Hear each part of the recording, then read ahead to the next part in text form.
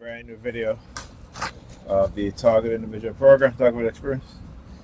So, look how hot it is outside. Yeah. Now he wants to take off his jacket. When they do these actions, why do they do these actions, right? When they do these actions, look at them.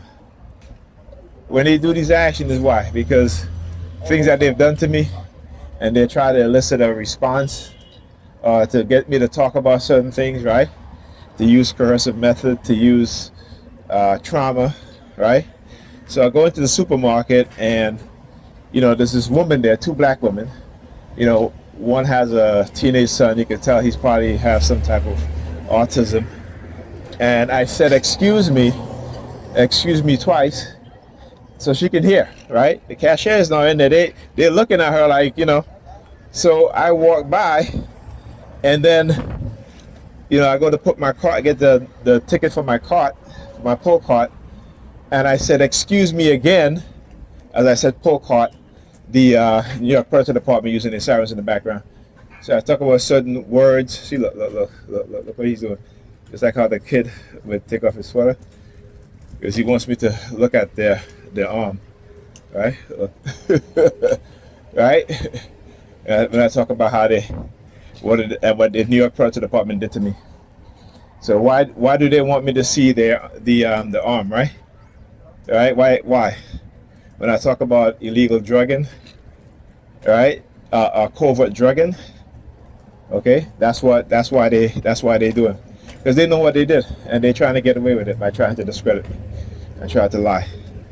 But anyhow, so so I put my cart there, got the ticket for my cart, and I said to the woman again, I said, excuse me.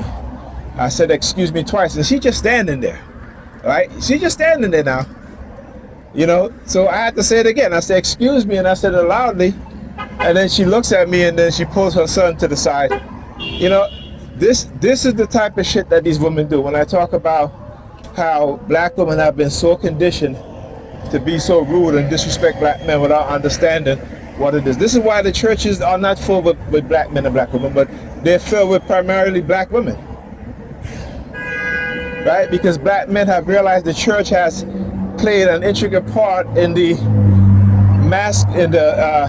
in black women being masculine, being disrespectful to black men, right? Why? Because the church have to do that to our women, because our women are the ones that give the church money, right? See, a man is going to say, nope, we are not giving 20% of our income to the church, because they want 10% tithe from each person, right? From both the husband and the wife, right? And the man is going to say no. And the pastors are using these women because they know how easy it is to manipulate women. They understand the power of their religious conditioning, right? The religious manipulation, right? Because this is what they do, okay? But our women don't have the awareness, the consciousness, or the understanding to see what's going on. And so what the white supremacists has done, particularly to the black man, is to manipulate us, to condition us a certain way. But like I said, for the past 2 decades, they have been turning their attention to black women. Black women are the highest group of women that are currently being incarcerated. Black women are the highest in terms of obesity. Black women are the highest in terms of being diagnosed with mental illness. Black women are the highest in terms, and they've been the highest in terms of abortion and stuff like that. Black women are the highest in terms of, the transmission and contraction of STDs. Black women are the highest in terms of birthing children with congenital STDs. So when you look at black women are the highest in terms of being diagnosed with hypertension. Black women are the highest when it comes to being diagnosed with breast cancer. Black women are the highest in all of the worsened health categories: mental health, physical health, right? When it comes to who was raising black children with a head of household, and those children are doing worse as per capita per population, it is black women. right? Black women are the highest believers in Christianity, even though they don't believe it, right? Based on their actions, okay? And if that doesn't tell you that they don't believe in the Christianity, then I don't know what will. It's just like the white supremacists. The white supremacist knows that Christianity is not something to be believed, but understand that they have to keep up that role because as long as black people are the majority of believers, they can go rest their head at night, go to sleep, knowing what they've done to black people and what they continue to do, and black people will not fight back. Right? That's why. That's the ultimate reason why. And even when you have a pastor, like I've shown you in the video, this is a white evangelical pastor who was telling you what they think about black people. So imagine the people in his church. And black people are so foolish. They'll talk about, oh, the Bible is not white history, it's black history, whatever. The fact is that the Bible is not only black history, the Bible is also Mesopotamian history, Babylonian history, and yes, black people started those civilizations, right? But the people had changed through admixture, through environmental adaptation, through the erasure of their memory of their ancestors. So they become a new people, a people that saw black people who are the pillars of civilization, but because black people have so much love in their heart, and because these people were so wicked and evil and had so much hatred, that they did to us what they have done to no other people in the manner in which they have done to us.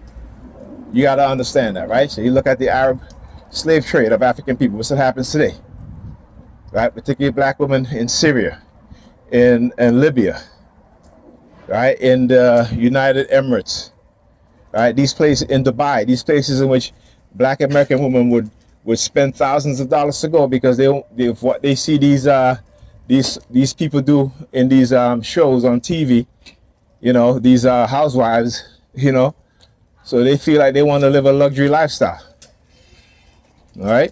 And they will lie, cheat, do all kind of things to experience that lifestyle because, again, it is a conditioning that is done in their mind, cognitive warfare.